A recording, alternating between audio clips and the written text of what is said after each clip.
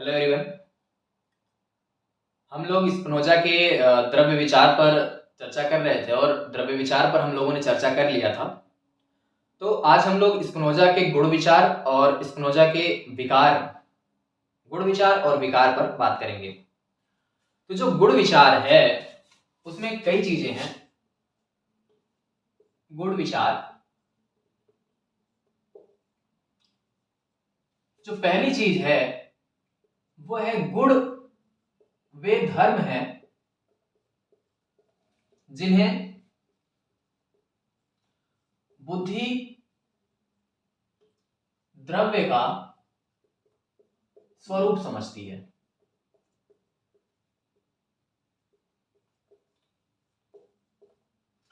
और इसमें दूसरी बात है कि द्रव्य निर्गुण है।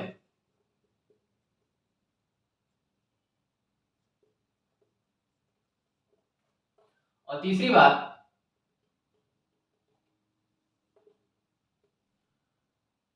कि स्पिनोजा ने गुण की सत्ता स्वीकार किया, मतलब गुण की सत्ता स्वीकार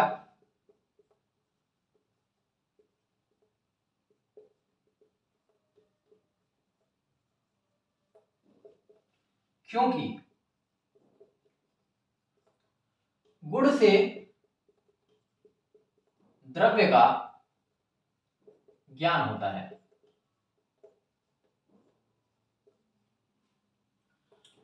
चौथी बात, जो गुण है वो वास्तविक है या काल्पनिक। तो हेगल मानते हैं कि जो गुण है वो काल्पनिक है और कूनो फीसद मानते हैं कि जो गुण है वो वास्तविक है।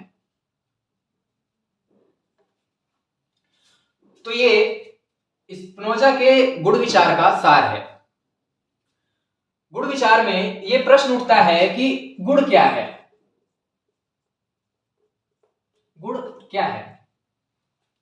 तो स्पिनोजा कहते हैं कि गुण वे धर्म हैं जिन्हें बुद्धि द्रव्य का स्वरूप समझती है, जिसके माध्यम से बुद्धि द्रव्य को समझती है।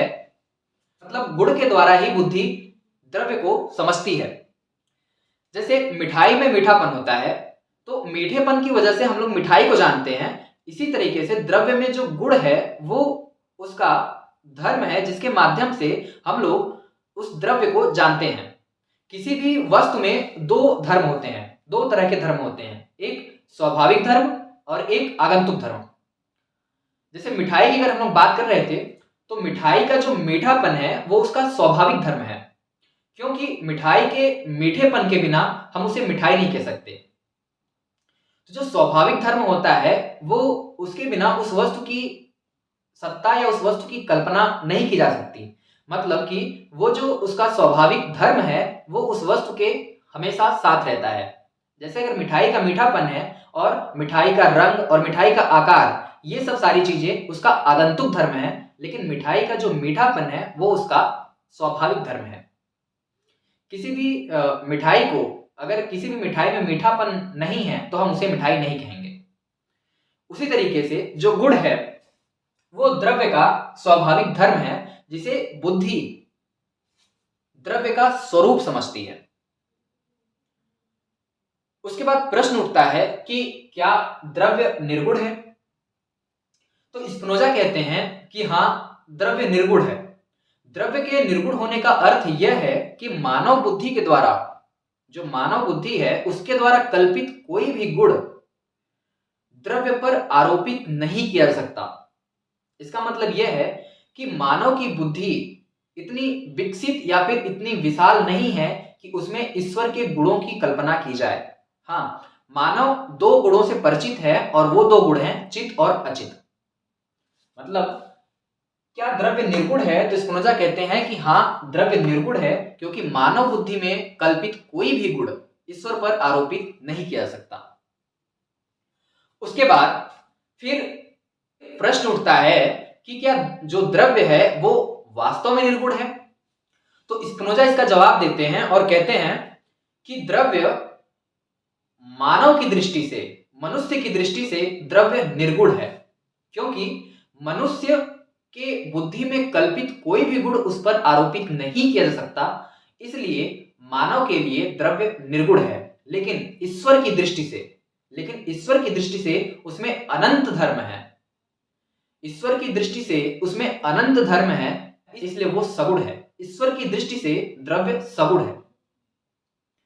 तो स्पिनोजा एक तरफ कहते हैं कि द्रव्य निर्गुण है और दूसरी तरफ कहते हैं कि द्रव्य में अनंत गुण है।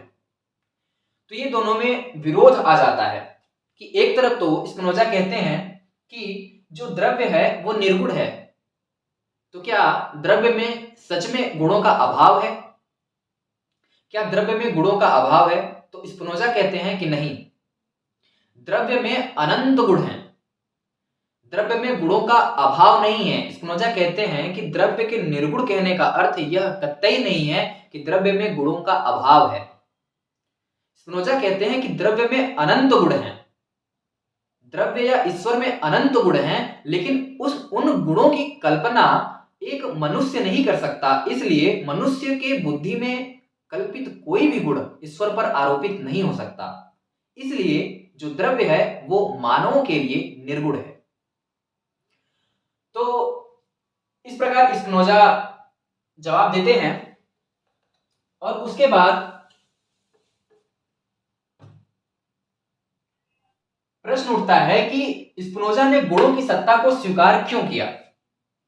स्पिनोजा ने गुणों की सत्ता को स्वीकार क्यों किया? तो स्पिनोजा ने कहा कि गुणों में ईश्वर की पूर्ण अभिव्यक्ति होती है। मतलब एक गुण को यदि जान लिया जाए तो ईश्वर को जाना जा सकता है। स्पिनोजा कहते हैं कि गुणों में द्रव्य की पूर्ण अभिव्यक्ति होती है, अतः यदि एक गुण को जान लिया जाए तो द्रव्य को जाना जा सकता है। इसलिए स्पिनोजा ने कहा कि गुण से द्रव्य का ज्ञान होता है, गुण से द्रव्य का ज्ञान होता है, इसलिए स्पिनोजा ने गुणों की सत्ता को स्वीकार किया। इसके बाद जिस गुण की बात हो रही है उस पर यह प्रश्न उठता है कि क्या यह जो गुण है वह वास्तविक है या वह काल्पनिक है? तो इस पर वास्तविक और काल्पनिक पर हेगल कहते हैं कि जो स्पिनोजा का गुण है वो काल्पनिक है, क्योंकि स्पिनोजा दो बात कहते हैं। स्पिनोजा कहते हैं कि जो द्रव्य है वो निर्गुण है, और जो उन्होंने निर्वचन मात्र निषेधात्मक का प्रतिपादन किया, इसलिए हेगल कहते हैं कि जो स्पिनोजा का गुण है वो काल्पनिक है, क्योंकि ऐसे गुण वास्तव में नहीं हो सकते जिसको हम अपनी बुद्धि में नहीं सोच सकते, या फिर जिसका निर्वचन मात्र से निषेध हो जाता है, तो ऐसा गुण वास्तविक नहीं हो सकता, ऐसा गुण सिर्फ कल्पना में ही संभव है। अतः हेगल ने कहा कि ऐसे गुण काल्पनिक हैं। लेकिन कूनो फिशर ने कहा कि जो स्पिनोजा का गुण है वो वास्तविक है। उन्होंने कहा कि निर्गुण का अर्थ यह कतई नहीं है कि ईश्वर में गुणों का अभाव है। और इसके अलावा कूनो फिशर ने कहा कि स्पिनोजा ने जगत की सत्ता को बार बार सिद्ध किया है, इसलिए जो गुण है वो वास्तविक है। इसके बाद हम लोग स्पिनोजा के विकार, पर्याय या मोड्स पर चर्चा करेंगे। तो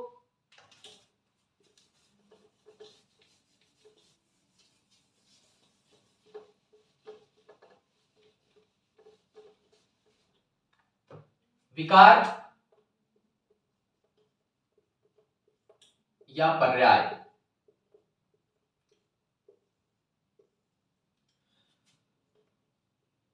ये द्रव्य का आगंतुक धर्म है। गुण द्रव्य का स्वाभाविक धर्म था और यह आगंतुक धर्म है। जैसे मिठाई की बात किए थे, तो जो मीठापन था वो उसका स्वाभाविक धर्म था, जो हमेशा उसके साथ रहता था। लेकिन जो उसका आगंतुक धर्म था, उसका रंग, उसका आकार, तो ये सब चीजें वो उसका आगंतुक धर्म था। और दूसरी बात कि ये द्रव्य का सैंपल होते हैं, सैंपल है। इसके द्वारा द्रव्य को जाना जा सकता है क्योंकि ये द्रव्य के सैंपल की तरह होते हैं, वानगी की तरह होते हैं। इसके बाद विकार, विकार और द्रव्य में शाश्वत संबंध है।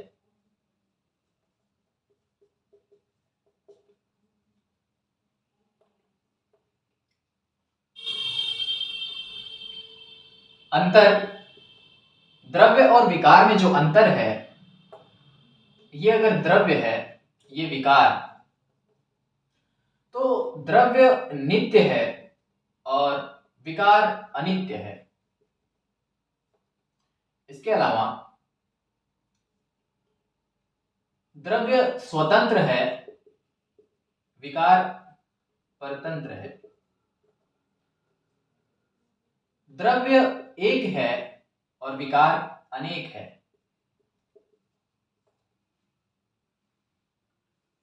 इसके बाद हम लोग बात करेंगे विकार के प्रकार। तो ये है पर्याय। पर्याय क्या है? तो पर्याय द्रव्य का आगंतुक धर्म है और ये द्रव्य के सैंपल हैं। ये द्रव्य के सैंपल की तरह होते हैं। जैसे कि मैंने आप लोगों को अगले वीडियो में समझाया था कि एक चावल के भंडार गृह से मुट्ठी भर चावल निकाल के उसे जाना जा सकता है कि पूरे भंडार गृह में कैसे चावल हैं। तो उसी तरीके से जो विकार है वो द्रव्य का सैंपल है। विकार और द्रव्य में शाश्वत संबंध है। विकार और द्रव्य में शाश्वत संबंध है। इसे समझाने के लिए मैं आपको दिखाता हूं कि जो द्रव्य है, द्रव्य द्रव्य के दो गुण जिसे हम लोग जानते हैं वो है चित्त और अचित्त। और इस चित्त के विकार होते हैं, चित्त और अचित्त के जो विकार हैं, नित्य विकार और अनित्य विकार। नित्य विकार और अनित्य विकार। तो नित्य विकार में चित्त के जो नित्य विकार हैं वो है बुद्धि और संकल्प। बुद्धि और संकल्प। और जो अनित्य विकार है वो है विविध जीव जंतु। और जो चित्त के नित्य विकार हैं वो है स्थिति और गति।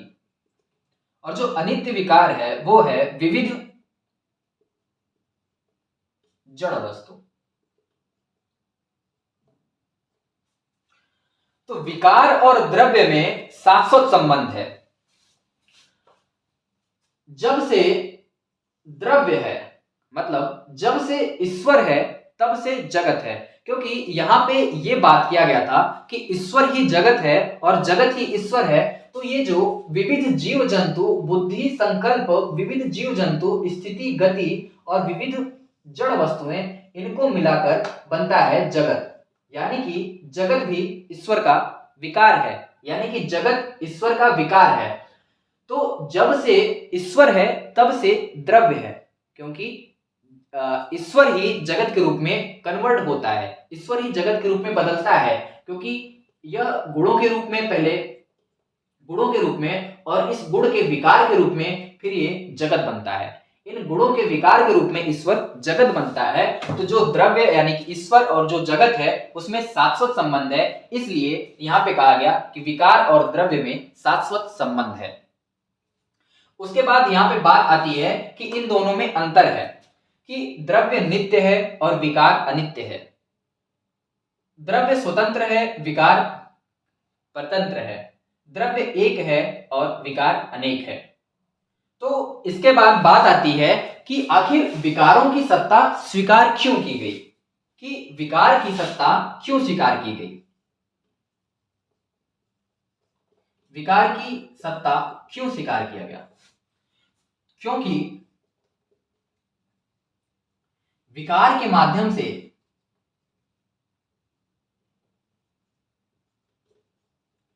गुणों यानी गुण और द्रव्य के मध्य तार्किक संबंध स्थापित किया गया। कैसे तार्किक संबंध कैसे स्थापित किया गया? कहा गया कि विकार की सत्ता क्यों स्वीकार की गई, क्योंकि विकार के माध्यम से गुण और द्रव्य में तार्किक संबंध स्थापित किया गया। कैसे? तो यहां पे जो बुद्धि, संकल्प, जीव, विविध जीव जंतु, स्थिति और गति और विविध जड़ वस्तुएं, विविध जीव जंतु, इन सब को मिलाकर जो जगत बना, मतलब कि जो अचित के, जैसे अचित द्रव्य का गुण है और अचित का जो विकार है वो है विविध जीव जंतु। तो अगर हम लोग ये देख रहे हैं कि यहाँ पे जो विविध जड़ वस्तु हैं वो अचित के विकार हैं। तो अगर विविध जड़ वस्तु जो हम लोग देखते हैं अगर वो वास्तविक हैं, तो इसका मतलब है ये अगर अचित का विकार है तो अचित भी वास्तविक है, मतलब गुण भी वास्तविक है, और गुण भी वास्तविक है तो इसका मतलब है कि द्रव्य है। मतलब कि गुण, अचित जो गुण है और जो द्रव्य है, इसमें तार्किक संबंध स्थापित किया गया। इसी तरीके से जो द्रव्य का जो चित्त गुण है उसका जो विकार है वो है विविध जीव जंतु। हम लोग जो विविध जीव जंतु देख रहे हैं अगर वो वास्तविक है यानी कि वो विकार हैं, तो ये चित्त जो गुण है उसका विकार है विविध जीव जंतु। इसका अर्थ है कि ये ईश्वर के गुण हैं। तो इस प्रकार स्पिनोजा ने विकार के माध्यम से गुण और द्रव्य में तार्किक संबंध स्थापित किया। इसके अलावा विकार के प्रकार, तो विकार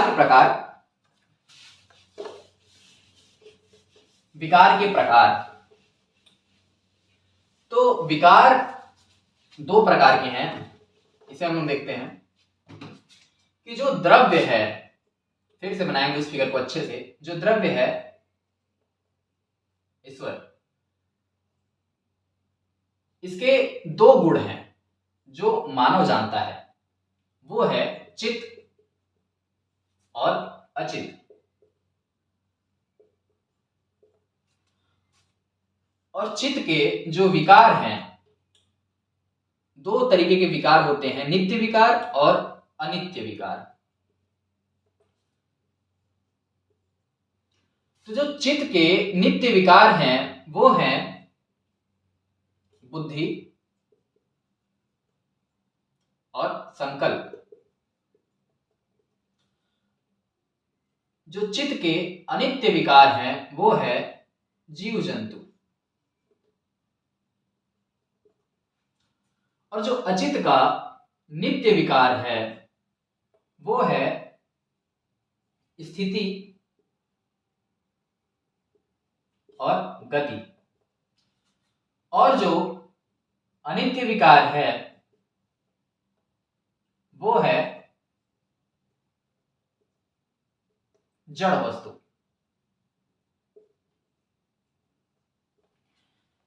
तो जो विकार के प्रकार हो गए वो हैं जीव जंतु, बुद्धि, संकल्प, स्थिति, गति, जड़ वस्तु। ये सभी विकार हैं।